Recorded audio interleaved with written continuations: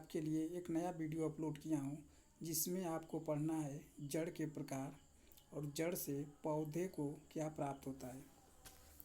तो आइए सबसे पहले जानते हैं जड़। जड़ जो होती है ये 3 प्रकार की होती है।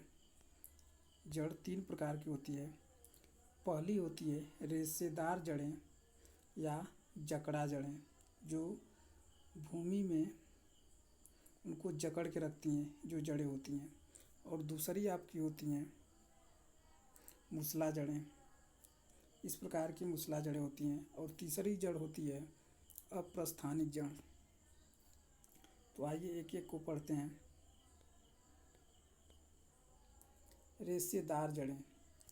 ये रेशेदार जड़ें देखिए आपको इस आकार की देखने को मिलेगी। इस प्रकार की जड़ें होती हैं। देखिए भूमि में कैसे जकड़ के रखी हैं, ऐसे रेशे के आकार की पूरी फैली हुई हैं। तो इसके अलावा और भी आता है, जैसे गेहूं का पौधा। गेहूं का पौधा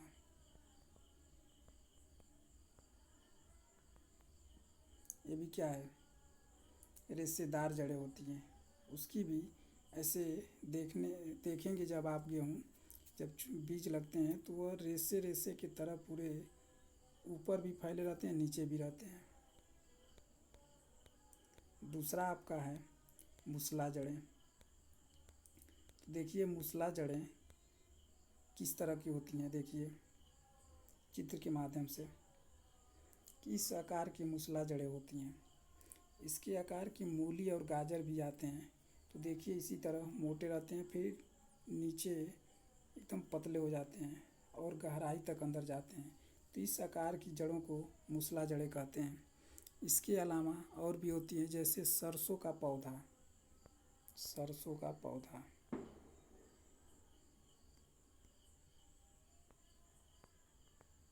सरसों का पौधा सरसों का पौधा भी एक पतली मोटी नीचे जाती है, तो इसी आकार की होती है। तो मूसला जड़ों के अंतर्गत आता है। तीसरा आपका है अप्रस्थानिक जड़ें। तीसरा है अप्रस्थानिक जड़ें।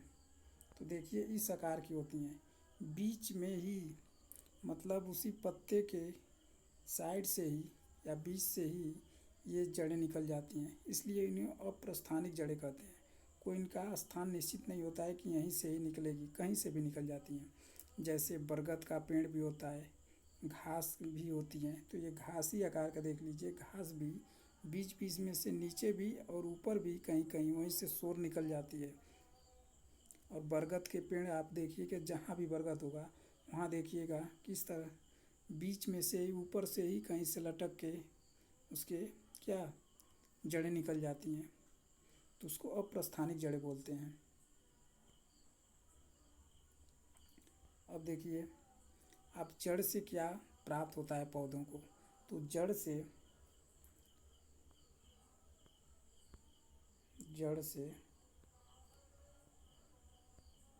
जल एवं